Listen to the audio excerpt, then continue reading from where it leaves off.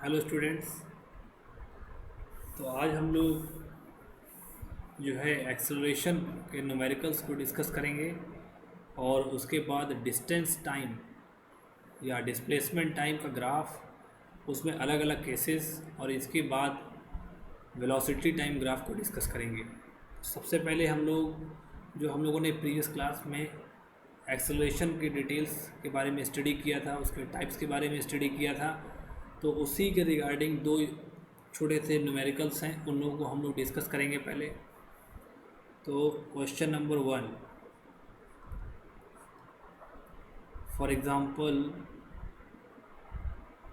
कोई एक बॉडी है और उस बॉडी की कुछ वेलोसिटी है, मान लीजिए 30 मीटर पर सेकेंड। मैं पूरी लैंग्वेज नहीं लिख रहा हूँ, मैं इसको समझा रहा हूँ। और उस बॉडी की वेलोसिटी हो गई है कुछ समय बाद 40 मीटर पर सेकेंड, और जो समय लगा है वो लगा है after t is equal to 2 second. 2 second बाद इस ऑब्जेक्ट की वेलोसिटी कितनी हो गई है? 40 मीटर पर सेकेंड। 40 मीटर पर सेकेंड। तो क्वेश्चन में क्या पूछा गया है? Calculate the acceleration. आपका एक्सेलरेशन कितना होगा? तो बेटा सिंपल फार्मूला है आपके पास, वेलोसिटी का चेंज अपॉन टाइम। सबसे पहले आप लोग क्या करेंगे, जो डेटा है उसको गिवन नोट करेंगे। तो गिवन जो डेटा है वो आपके लिए क्या है? इनिशियल वेलोसिटी, वो आपने u से लिखा।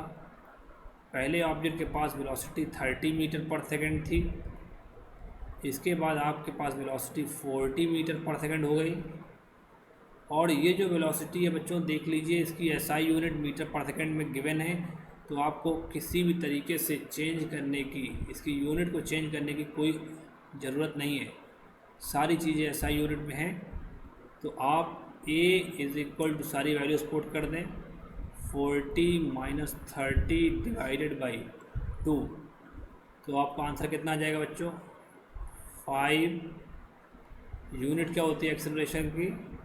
मीटर पर सेकेंड स्क्वायर। 5 मीटर पर सेकेंड स्क्वायर।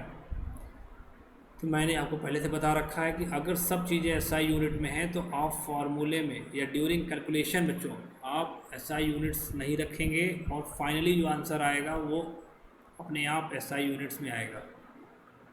इसी में दूसरा क्वेश्चन देखते हैं बच्चों। दूसरा क्वेश्चन क्या है इसकी लैंग्वेज, कि एक कोई ऑब्जेक्ट है जो रोड पे चल रहा है, और इस ऑब्जेक्ट की जो इनिशियल वेलोसिटी है, इस ऑब्जेक्ट की जो इनिशियल वेलोसिटी है वो है बच्चों 20 मीटर पर सेकेंड। 20 मीटर पर सेकेंड। और ये रोड, जिस रोड पे ये बस है या बाइक जो चल रही है, ये रोड रफ़ है। कैसी रोड है ये? रफ़ रोड है, रफ़ सरफेस है जिस पर ये कार चल रही है। ठीक है।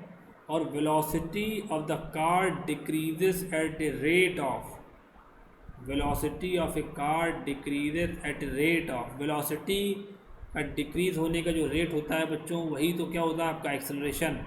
तो आपको यहाँ पर एक्सेलरेशन दिया गया है, एक्सेलरेशन दिया गया है, वो भी डिक्रीज़ कर रहा है due to friction. Due to friction velocity of the body decreases. मैं यहाँ लैंग्वेज लिख देता हूँ ताकि आपको कन्फ्यूजन ना हो। Velocity of the body decreases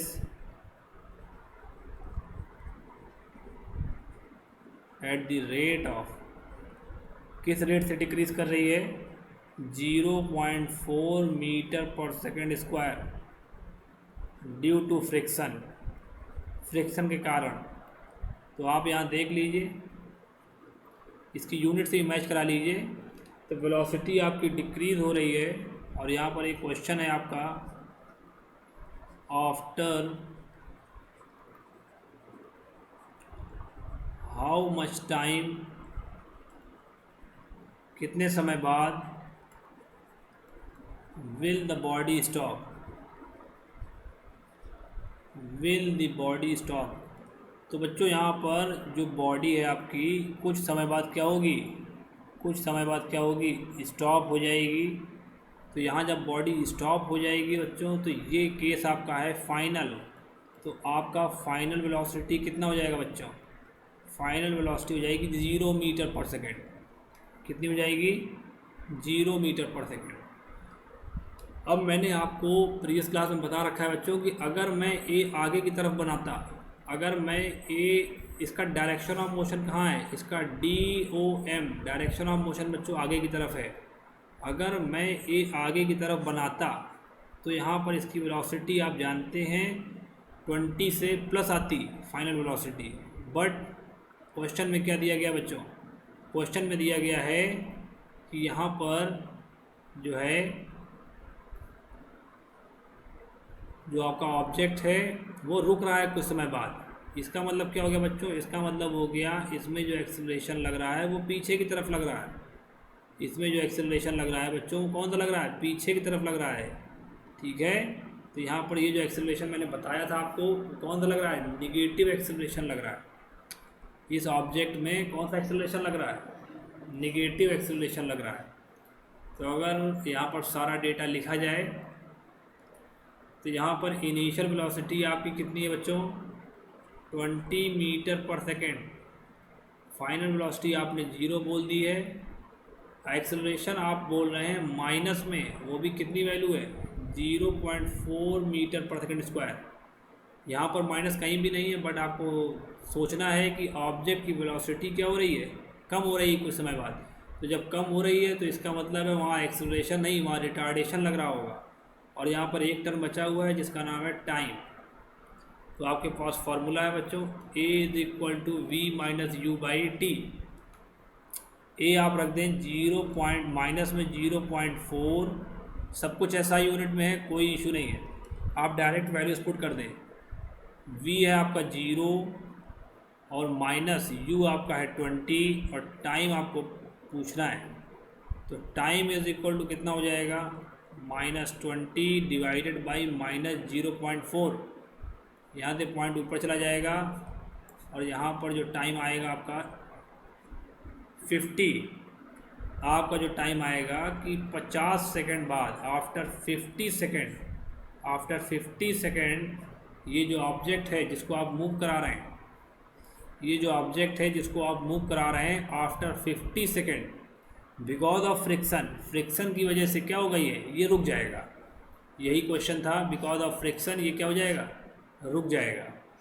ठीक है, तो ये दो छोटे से न्यूमेरिकल्स थे एक्सेलरेशन से रिलेटेड। अब जो नेक्स्ट टॉपिक है बच्चों, नेक्स्ट टॉपिक है आपका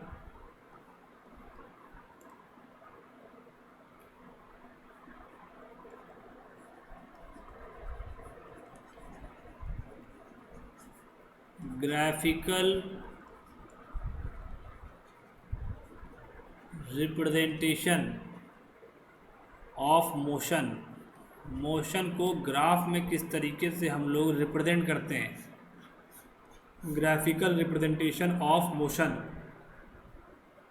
तो बच्चों यहाँ पर इसमें दो तरह के वेरिएबल होते हैं।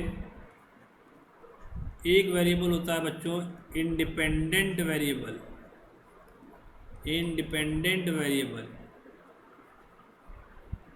और एक वेरिएबल होता है बच्चों डिपेंडेंट वेरिएबल। कौन सा वेरिएबल, डिपेंडेंट वेरिएबल।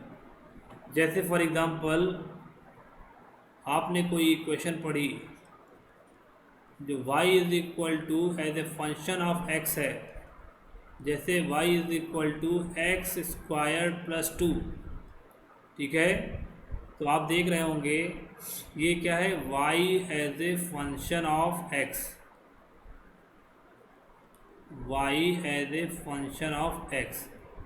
ठीक है, तो बच्चों यहाँ पर क्या होगा, आप फ्री हैं, you are free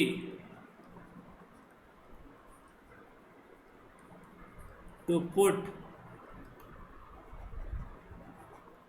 any value of x, आप x की कोई भी वैल्यू पुट करने के लिए आप फ्री हैं, ठीक है। बट आपने जब x की वैल्यू को पुट कर दिया, बट आफ्टर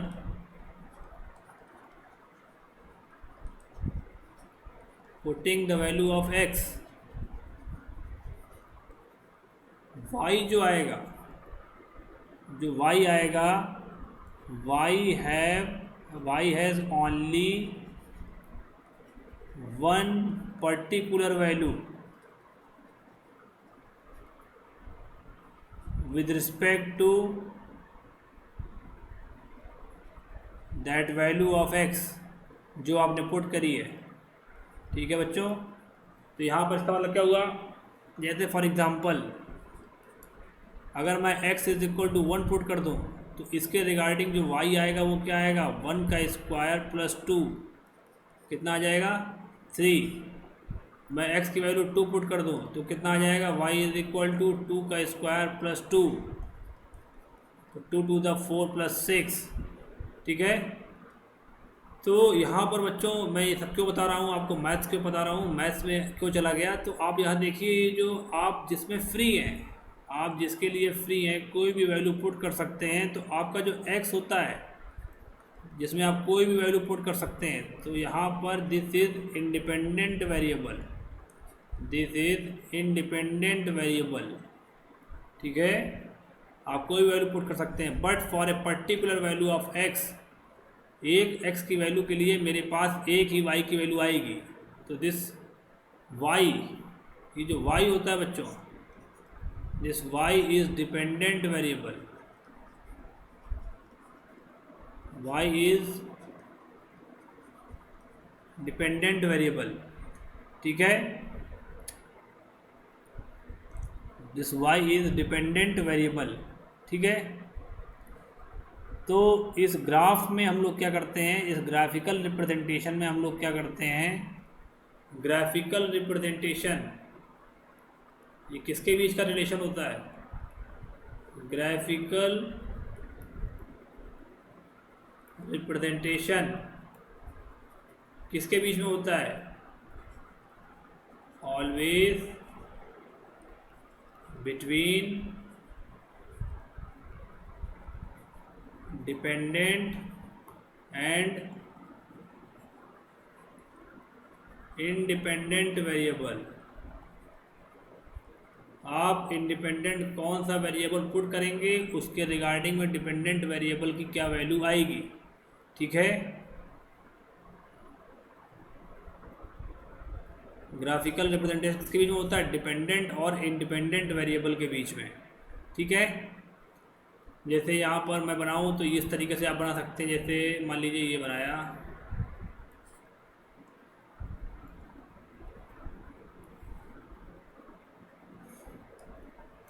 तो ये आपका जो हो गया मान लीजिए x और ये हो गया y, तो this is y is independent, sorry y आपका हो गया डिपेंडेंट वेरिएबल, और x जो आपका हो गया ये क्या हो गया, इंडिपेंडेंट वेरिएबल। आप x की कोई भी वैल्यू पुट करेंगे और जो फंक्शन है y का, तो उसके अकॉर्डिंग y की केवल एक वैल्यू आएगी, ठीक है।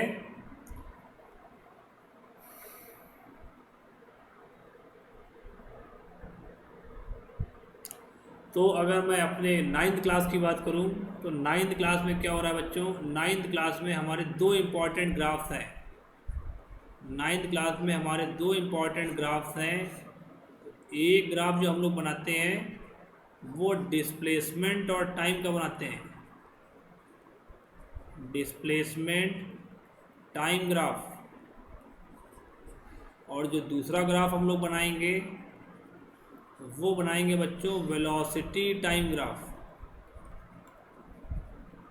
कौन सा ग्राफ, वेलोसिटी टाइम ग्राफ। तो अब आप पूछेंगे कि सर इसमें डिपेंडेंट कौन है, इसमें इंडिपेंडेंट कौन है, तो यहाँ मैं इसका छोटा सा डायग्राम बना देता हूँ, वहाँ तुमको समझ में आ जाएगा।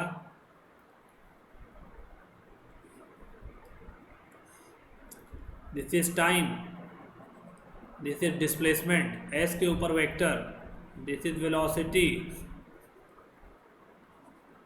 वी के ऊपर वेक्टर, दिस इज टाइम। तो यहाँ पर टाइम जो है बच्चों वो क्या है आपका, इंडिपेंडेंट वेरिएबल। यहाँ पर भी आपका टाइम क्या है, independent variable, where velocity is dependent variable, displacement is dependent variable. ठीक है, तो यहाँ पर जो ग्राफ का रिप्रेजेंटेशन हो रहा है या तो वो डिस्प्लेसमेंट और टाइम के बीच में होगा, और या फिर वेलोसिटी और टाइम के बीच में होगा। ठीक है, तो यहाँ पर इस तरीके से दो ग्राफ बनेंगे। तो सबसे पहले हम लोग जो डिस्कशन करने जा रहे हैं वो डिस्कशन होगा डिस्प्लेसमेंट टाइम ग्राफ का। डिस्प्लेसमेंट टाइम ग्राफ में अलग अलग केसेस होंगे। सबसे मेन हेडिंग है बच्चों आपकी displacement time graph, time T, displacement S vector, displacement S vector. ठीक है, इसके बीच का जो भी ग्राफ है, तो इसमें आपका फर्स्ट केस है फॉर ए स्टेशनरी ऑब्जेक्ट, कोई जो ऑब्जेक्ट है रेस्ट पर रखा हुआ है, फॉर ए स्टेशनरी ऑब्जेक्ट। इसका ग्राफ कैसे बनेगा, तो देखिए हम समझाते हैं इसको पहले, फिर इसके ग्राफ को प्लॉट भी करेंगे।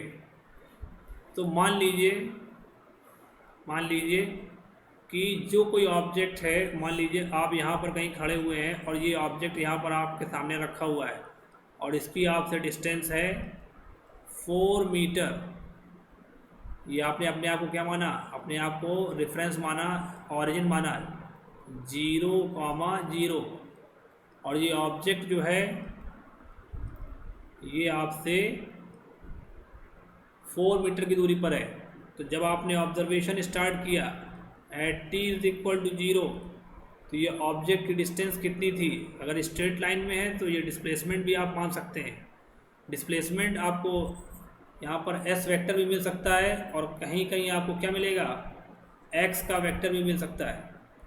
तो ऑब्जेक्ट की जो डिस्टेंस या डिस्प्लेसमेंट है at time t is equal to 0, अगर स्ट्रेट लाइन है तो आप डिस्टेंस और डिस्प्लेसमेंट एक एज ए सिनोनिम यूज़ कर सकते हैं। तो यहाँ पर इसकी जो डिस्प्लेसमेंट है वो है 4 metre at time t is equal to 1 second. Again displacement is same because object आपका स्टेशनरी है। At time t is equal to 2 second, again displacement is same, that is 4 metre. और t is equal to 3 second, again displacement is same, that is 4 metre. ठीक है बच्चों, तो यहाँ पर हम कोऑर्डिनेट जो बनाने जा रहे हैं वो किसका बनाने जा रहे हैं, यहाँ पर ये आपका होगा x वेक्टर, या फिर यहाँ पर दूसरा वर्ड यूज हो सकता है s वेक्टर, और x में होगा बच्चों आपका टाइम, 1 2 3 4, 1 2 3 4। मान लीजिए ये डिस्प्लेसमेंट मीटर में है और टाइम आपका सेकंड में। तो जब आपका टाइम 0 सेकंड पर है, ये जब से आपने एनालिसिस स्टार्ट करी, तो अगर मैं कोऑर्डिनेट्स की बात करूँ तो यहाँ पर चारों के कोऑर्डिनेट्स लिखेंगे। पहले x का कोऑर्डिनेट लिखा जाता है और फिर कॉमा लगा के किसका कोऑर्डिनेट लिखा जाता है, y का कोऑर्डिनेट लिखा जाता है। ये सब बेसिक पॉइंट्स हैं बच्चों, जिस पर आप फोकस करेंगे तो न्यूमेरिकल्स में और कॉन्सेप्ट स्ट्रॉन्ग करने में कोई प्रॉब्लम नहीं आएगी। तो आप जब सबसे पहले x कोऑर्डिनेट लिखेंगे, बट यहाँ पर x नहीं है, यहाँ पर क्या है, यहाँ पर क्या है, यहाँ पर t है और यहाँ पर y नहीं है बच्चों। यहाँ पर क्या है, डिस्प्लेसमेंट है s वेक्टर या फिर x वेक्टर। तो यहाँ पर ध्यान से देखिए, पहले आप लिखेंगे 0,4 1,4, 2,4, 3,4। तो 1,4 आप प्लॉट करेंगे तो मैं ब्लू पेन से प्लॉट करता हूँ। 1,4 this is 4, sorry 0,4, this is 1,4, this is 2,4, this is 3,4,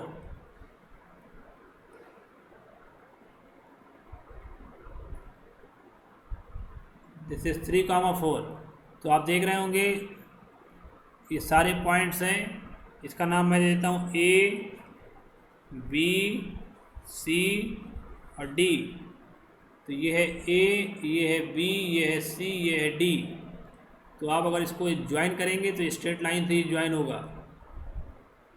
किससे ज्वाइन होगा? स्ट्रेट लाइन से।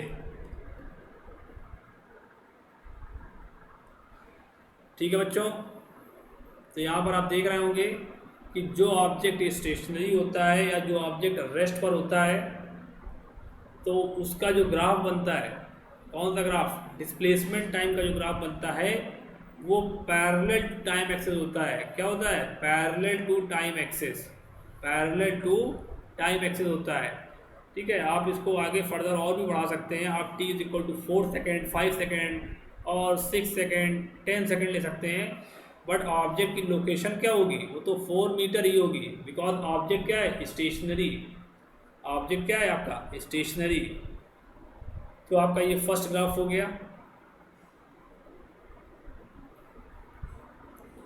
अब बात करते हैं सेकंड ग्राफ की।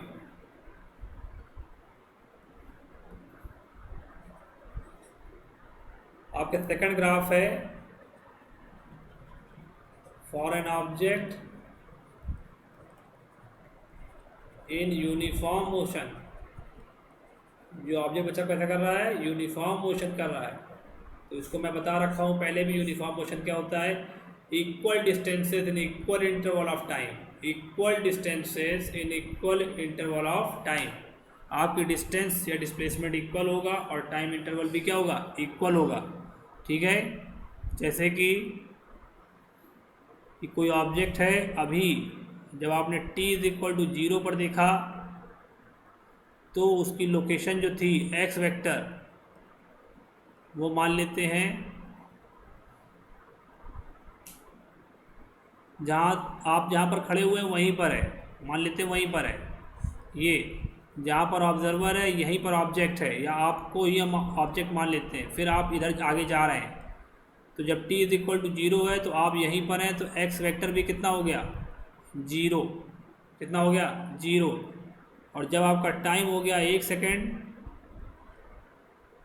तो आपने कुछ डिस्टेंस कवर कर ली, तो वो मैं यहाँ से मेज़र करूँगा। 1 सेकेंड बाद आप यहाँ पहुँच गए, तो मैंने मेज़र किया तो 1 सेकेंड बाद आप 2 मीटर चल गए। कितना चल गए? 2 मीटर चल गए। ठीक है, इसके बाद आपका दूसरा 1 सेकेंड हुआ, time t is equal to 2 second. तो अगेन आप कितना चल गए? अगेन आप फिर 2 मीटर चल गए। आप फिर कितना चल गए? फिर आप 2 मीटर चल गए। फिर यहाँ पर भी कितना सेकंड लगा? 1 सेकेंड। यहाँ पर भी कितना सेकंड लगा? 1 सेकेंड। फिर आपको देखा मैंने तो फिर आप कितना चल गए? 2 मीटर चल गए और टाइम कितना लगा? 1 सेकेंड। आप पहले ओ पर थे, आप पहले ओ पर थे, फिर ए पर थे, फिर बी पर थे, फिर सी पर थे। ठीक है, तो यहाँ पर फिर मैंने देता हूँ time t is equal to 3 second. फिर आप कितना चल गए? 2 मीटर चल गए। ठीक है, ज़रा ध्यान से देखिएगा।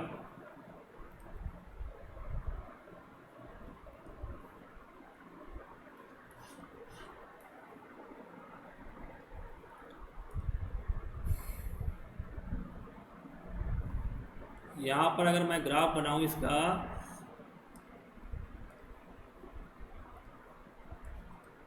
दिस इज x वेक्टर और s vector, unit is in metre. This is time axis, unit is in second. 1 2 3 4, 1 2 3 4। ठीक है, और भी आप इसमें एज्यूम कर सकते हैं ऊपर जाके 5 6। ठीक है, तो जब आपका टाइम बच्चों 0 है तब आपकी लोकेशन क्या है बच्चों, मैं ब्लू पेन से बनाता हूँ। आपका कोऑर्डिनेट अगर है तो वो क्या पर है, 0,0, 0,0। इसके बाद जब आपका 1 सेकंड हो गया, कितना सेकंड हो गया आपका, 1 सेकंड। तो जब आपका 1 सेकंड हो गया तो आप कहाँ पहुँच गए,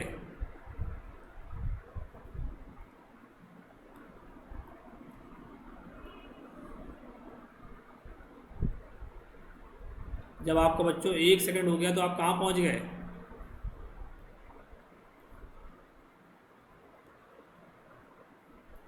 जब आपका 1 सेकंड हो गया तो आप कहाँ पहुँच गए, आप 2 मीटर पे चलो पहुँच गए।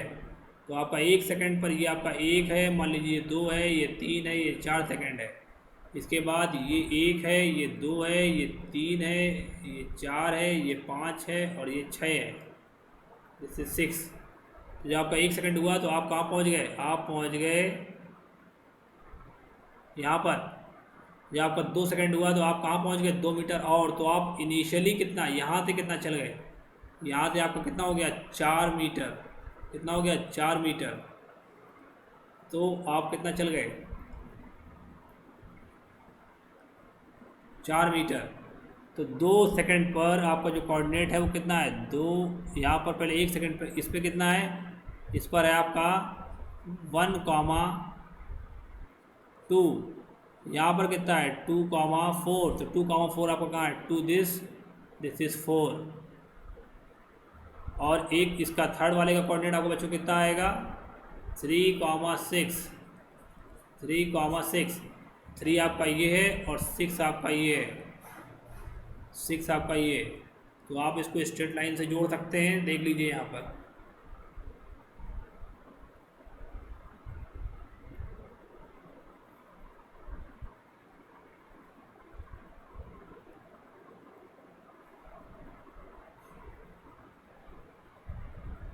ये देखिए, तो यहाँ पर ये आपको लाइन, इंक्लाइंड लाइन दिखाई दे रही है।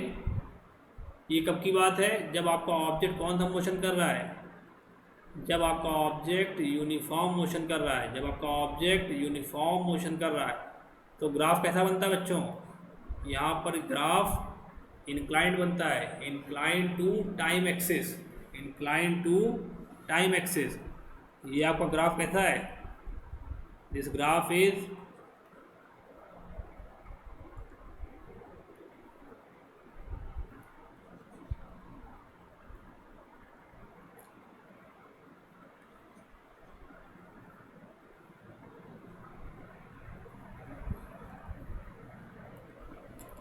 this graph is inclined to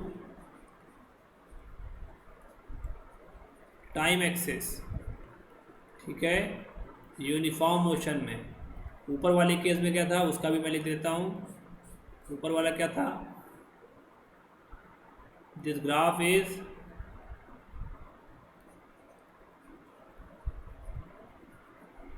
parallel to time axis, parallel to time axis. तो आपने बच्चों 2 ग्राफ पढ़े, फॉर ए स्टेशनरी ऑब्जेक्ट, और दूसरा जो ऑब्जेक्ट क्या कर रहा हो, यूनिफॉर्म मोशन कर रहा हो। क्या कर रहा हो, यूनिफॉर्म मोशन कर रहा हो। ठीक है, अब यहाँ पर मैं आपको 2 ट्रिक बताने जा रहा हूँ और वो आगे क्लासेस में इसी में ग्राफ में यूज़ होगी। ये ट्रिक है, आप इसको जो माने आपका शॉर्टकट है। ठीक है,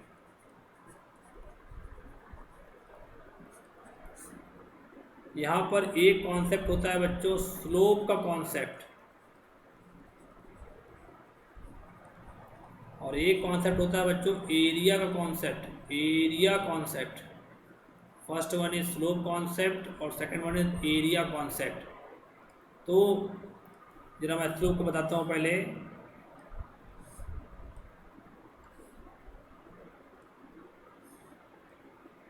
मान लीजिए ये कोई 2 ग्राफ बने हुए हैं, this is X this is Y, this is Y, this is X. तो स्लोप में हम लोग क्या करेंगे, स्लोप में हम लोग क्या करते हैं, स्लोप में एक्चुअली में हम लोग सॉल्व तो करते हैं कि कितना एंगल इंक्लाइंड है उसका टेंजेंट मीन्स टेन थीटा।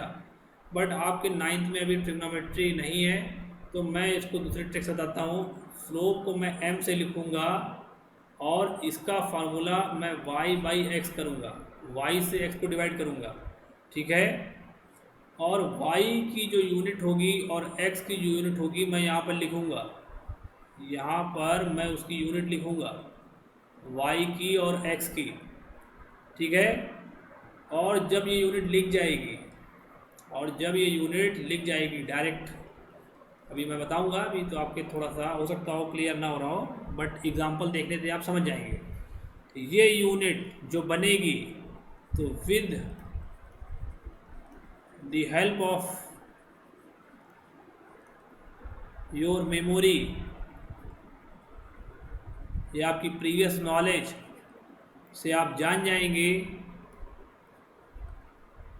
अगर वो कोई फिज़िकल क्वांटिटी की यूनिट है, अगर वो कोई फिज़िकल क्वांटिटी की यूनिट बन रही है तो आपका आंसर स्लोप से आएगा, आपका आंसर स्लोप से आएगा। यूनिट आपकी क्या होनी चाहिए, फिजिबल होनी चाहिए, फिजिबल होनी चाहिए मीन्स अगर मैंने यहाँ पर टाइम लिखा जिसकी यूनिट सेकंड है और मैंने यहाँ डिस्प्लेसमेंट लिखा जिसकी यूनिट मीटर है, तो मैंने अगर y बाई एक्स करा, मैंने अगर y बाई एक्स किया तो इसकी यूनिट मीटर पर सेकंड आएगी। तो यहाँ से मुझे समझ में आ रहा है कि मेरी मेमोरी से या तो ये स्पीड हो सकता है और या फिर ये क्या हो सकता है, वेलोसिटी हो सकता है, या तो ये स्पीड हो सकता है या फिर ये क्या हो सकता है, वेलोसिटी हो सकता है। बट चूंकि यहाँ पर वेलोसिटी इसलिए होगा क्योंकि यहाँ पर डिस्प्लेसमेंट दिया गया है, इसलिए यहाँ पर वेलोसिटी सही है और स्पीड क्या है, गलत है। तो आप कुछ समझ पाए, मैंने y बाई एक्स किया है, y में जो यूनिट है वो यहाँ पर लिखी है, जो x में यूनिट है वो यहाँ पर लिखी है, y बाई एक्स। y में जो यूनिट है वो ऊपर लिखी हुई है, x में जो यूनिट है वो अपॉन में लिखी हुई है। तो यहाँ पर उसका डिवीज़न मैंने किया, तो यहाँ पर देखा मैंने कि वेलोसिटी इसका आंसर है। क्या आंसर है इसका, वेलोसिटी। तो सर एरिया क्या होता है, एरिया के केस में, एरिया के केस में हम लोग y इंटू एक्स करते हैं, y इंटू एक्स। इससे जो यूनिट आती है वो क्या होनी चाहिए, फिजिबल होनी चाहिए, फिजिबल, ठीक है। जैसे फॉर एग्ज़ाम्पल मैं अगर यहाँ पर टाइम लिख रहा हूँ सेकंड में और वेलोसिटी को मैंने लिखा किस में, मीटर पर सेकंड में, तो अगर मैं दोनों यूनिट्स का मल्टीप्लाई करूं, मैं एरिया सॉल्व करूं इस ग्राफ का, तो मीटर पर सेकंड इंटू सेकंड, तो यहाँ पर कट जाएगा। तो अब मेरी प्रीवियस नॉलेज क्या बोलती है कि सर ये जो मीटर है, तो मीटर या तो आपकी जो यूनिट मीटर है या तो ये डिस्टेंस बता रहा है इस ग्राफ में अगर एरिया सॉल्व करेंगे, और या फिर सर ये डिस्प्लेसमेंट बता रहा है, या फिर सर क्या बता रहा है, डिस्प्लेसमेंट बता रहा है। तो चूंकि मैंने यहाँ वेलोसिटी टाइम का ग्राफ बताया है आपको बच्चों, स्पीड टाइम का नहीं बताया। अगर स्पीड टाइम बताता तो डिस्टेंस आंसर होता, तो यहाँ पर कौन सा आंसर होगा, डिस्प्लेसमेंट। तो अगर मैं एरिया कॉन्सेप्ट लगा रहा हूँ तो वो y इंटू एक्स होगा, अगर मैं स्लोप कॉन्सेप्ट लगा रहा हूँ बच्चों तो वो y बाई एक्स होगा। और ये y बाई एक्स या y इंटू एक्स करने के बाद मैं यूनिट पर जाऊंगा, अगर वो यूनिट फिजिबल हुई, फिजिबल मतलब अगर for example second by metre होती तो वो फिजिबल नहीं है, मैंने नहीं पढ़ी, आपने भी नहीं पढ़ी होगी, सेकंड बाई मीटर, ठीक है। मीटर बाई सेकंड अगर यूनिट है, और जैसे यहाँ पर राइट हैंड साइड में मीटर यूनिट है, तो मुझे पता है कि ये कौन सी यूनिट हो सकती है, किसकी यूनिट हो सकती है, या तो मीटर डिस्प्लेसमेंट की होगी या फिर डिस्टेंस की होगी। तो ये दो कॉन्सेप्ट है बच्चों। तो यहाँ पर अभी जो मैं लगाने जा रहा हूँ उसको देखिएगा, यहाँ पर मैंने किसका ग्राफ पढ़ा हुआ है अभी, यहाँ पर मैंने जो ग्राफ पढ़ा वो डिस्प्लेसमेंट का और टाइम का ग्राफ है। तो यहाँ पर एक्स एक्सिस में टाइम है जिसकी यूनिट सेकंड है, और यहाँ एस वेक्टर है या फिर एक्स वेक्टर है जिसकी यूनिट मीटर है। तो बच्चों यहाँ स्लोप लगेगा या एरिया? अगर बच्चों स्लोप करेंगे तो स्लोप होता है Y by X, that is metre पर सेकेंड, मीटर बाई सेकेंड। तो अगर एरिया निकालेंगे तो वो होता है बच्चों Y into X, that is metre into second. ये यूनिट आपने कभी नहीं कहीं पढ़ी है, ये यूनिट आपने पढ़ी है। और चूंकि ये डिस्प्लेसमेंट है तो यहाँ पर ये किसकी यूनिट हो गई? वेलोसिटी की। किसकी यूनिट हो गई? वेलोसिटी की। ठीक है, तो इससे क्या रिजल्ट आया बच्चों? इससे ये रिजल्ट आया कि डिस्प्लेसमेंट टाइम ग्राफ में स्लोप कैलकुलेट करने से, स्लोप कैलकुलेट करने से क्या सॉल्व होता है? वेलोसिटी फाइंड आउट होती है। यहाँ पर आपको कोई भी चीज़ याद नहीं करनी पड़ेगी बच्चों, कॉन्सेप्ट है, कॉन्सेप्ट को आप ग्रैस्प करें तो आपके लिए वो बेनिफिशियल होगा। अदरवाइज़ आप लर्न करते रहेंगे तो आप जहाँ पर स्लोप निकालना होगा वहाँ एरिया निकालेंगे, जहाँ एरिया निकालना होगा वहाँ स्लोप निकाल देंगे। ठीक है, तो यहाँ पर अब जैसे फॉर एग्ज़ाम्पल मैं यहाँ पर एक छोटा सा केस लेता हूँ। छोटा सा केस देखिएगा, एक एग्ज़ाम्पल।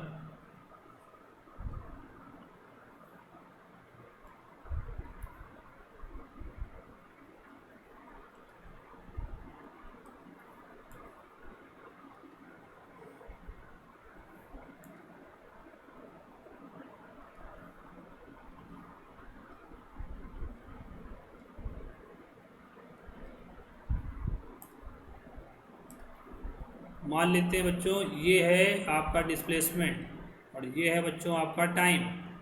ये आपका सेकंड में है और ये आपका किस में बच्चों? मीटर में। तो एक ऑब्जेक्ट का ग्राफ यूनिफॉर्म मोशन का ये बना हुआ है, इस ऑब्जेक्ट का नाम ए है, इस ऑब्जेक्ट का नाम बी है। ये ऑब्जेक्ट θ1 डिस्टेंस पे है और ये ऑब्जेक्ट θ2 एंगल पर है।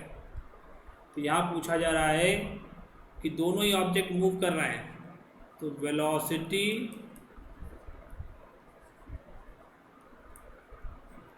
किस ऑब्जेक्ट की ज़्यादा है? किस ऑब्जेक्ट की ज़्यादा है? ये आपका क्वेश्चन बच्चों। यहाँ पर वेलोसिटी किस ऑब्जेक्ट की आपकी ज़्यादा है? तो यहाँ पर बच्चों एक चीज़ आप सुन लीजिए, जितना ज़्यादा थीटा होगा, जितना ज़्यादा थीटा होगा उतना ही ज़्यादा स्लोप होता है। जितना ज़्यादा थीटा होगा उतना ही ज़्यादा स्लोप होता है। ठीक है, जब आप और 10th क्लास में आएंगे तब आपको पता चलेगा। m is equal to slope होता है, slope is equal to tan theta होता है। तो tan थीटा अगर मैंने यहाँ पर tan 60 लिखा या फिर मैंने tan 30 लिखा तो tan 60 यहाँ पर ज़्यादा होता है।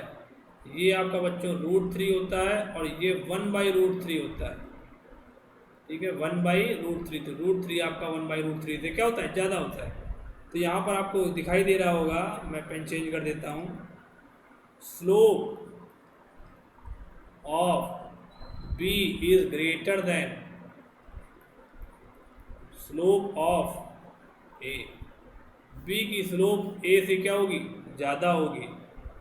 इसका मतलब है स्लोप जितनी ज़्यादा, आप ये तो क्लियर हो ही गया होगा कि स्लोप से यहाँ पर क्या निकलेगी? वेलोसिटी। तो velocity of B, velocity of B is greater than velocity of A। A से B की वेलोसिटी ज़्यादा है। क्यों ज़्यादा है? क्योंकि हाँ, ए से बी की वेलोसिटी ज़्यादा है। क्यों ज़्यादा है? क्योंकि बी का स्लोप क्या है? ज़्यादा है। जितना ज़्यादा स्लोप उतना ही ज़्यादा वेलोसिटी। ठीक है, स्लोप क्यों बात कर रहे हैं? क्योंकि डिस्प्लेसमेंट टाइम ग्राफ में स्लोप से ही वेलोसिटी आती है। डिस्प्लेसमेंट टाइम में ग्राफ में स्लोप से ही क्या आती है? वेलोसिटी आती है। ठीक है, अब इसमें हम लोग बच्चों थर्ड केस पढ़ेंगे। थर्ड केस,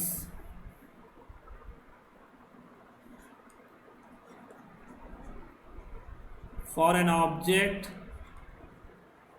रेस्ट पर हो गया ऑब्जेक्ट, यूनिफॉर्म मोशन में हो गया। अब यहाँ पर क्या होगा? For an object in non uniform motion.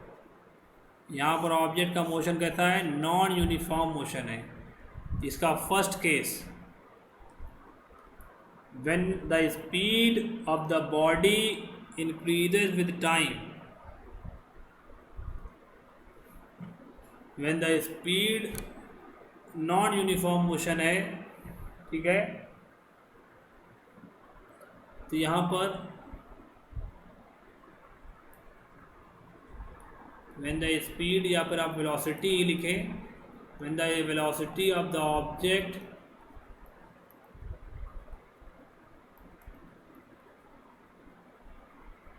Increases with time, time के साथ में वेलोसिटी इंक्रीज हो रही है।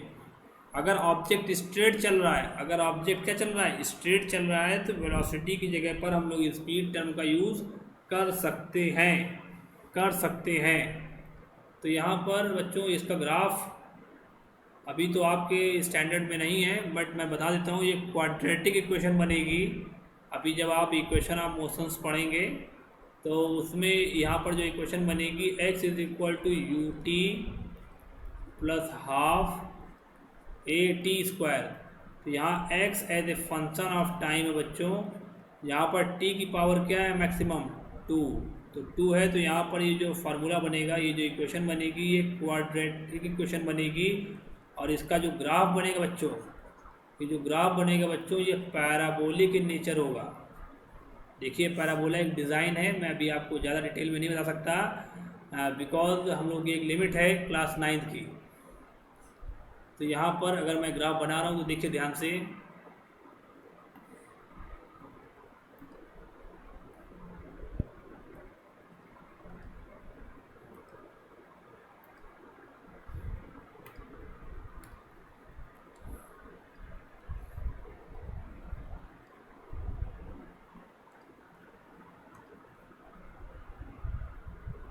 ये तो ये आपका x वेक्टर है और ये आपका जो है बच्चों क्या है? आपका t वेक्टर, सॉरी t है।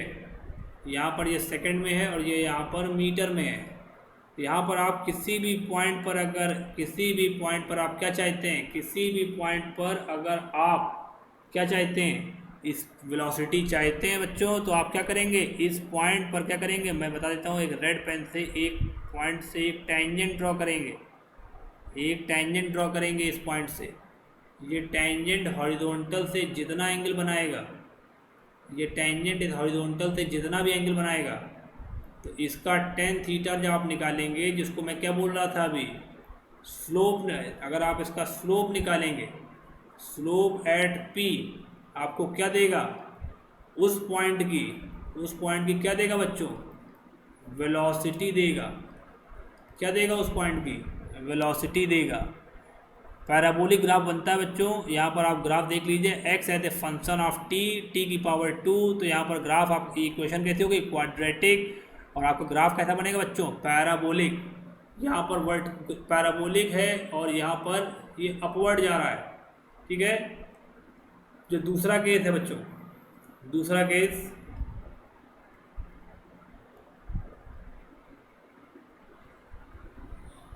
दूसरा केस क्या है?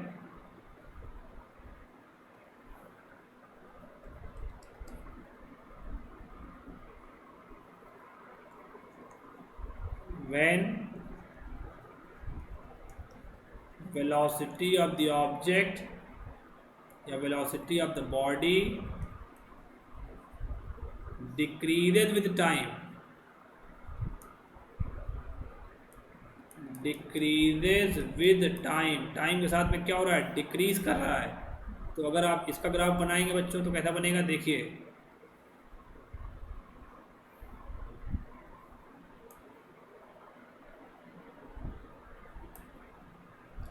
यहाँ पर बच्चों ये ग्राफ बनेगा,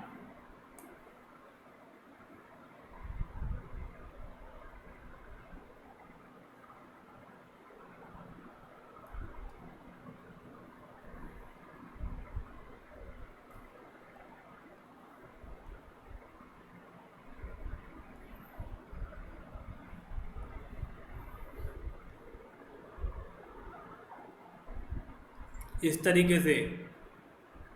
ये आपका x वेक्टर हो गया जिसकी यूनिट मीटर है, ये आपका टाइम का टाइम हो गया जिसकी यूनिट सेकंड है। अगर आप किसी पॉइंट पर, किसी भी पॉइंट पर आप अगर वेलोसिटी पता करना चाहते हैं बच्चों, तो आप क्या करें, आप उस पॉइंट पे टेंजेंट ड्रॉ कर दें, उस पॉइंट पे क्या कर दें, टेंजेंट ड्रॉ कर दें, और ये हॉरिजॉन्टल से जितना भी एंगल बनाएगा, इस पॉइंट पे आप क्या निकालें, स्लोप एट पी, आपको क्या देगा, velocity at P, P point पर क्या मिलेगी बच्चों, आपको वेलोसिटी मिलेगी। When the velocity of the body decreases with time, तो यहाँ पर बच्चों जो इक्वेशन लगेगी वो लगेगी x is equal to U T minus half A T square. तो यहाँ पर थोड़ा सा ग्राफ में चेंज आएगा, बट नेचर बच्चों आपका सेम रहेगा, पैराबोलिक इन नेचर,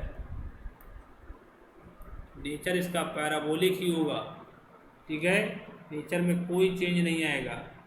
बट यहाँ पर कर्व जो बेंड हो रहा है वो डाउनवर्ड हो रहा है। यहाँ पर जो हो रहा है बच्चों, ये जो कर्व बेंड हो रहा है ये कहाँ हो रहा है,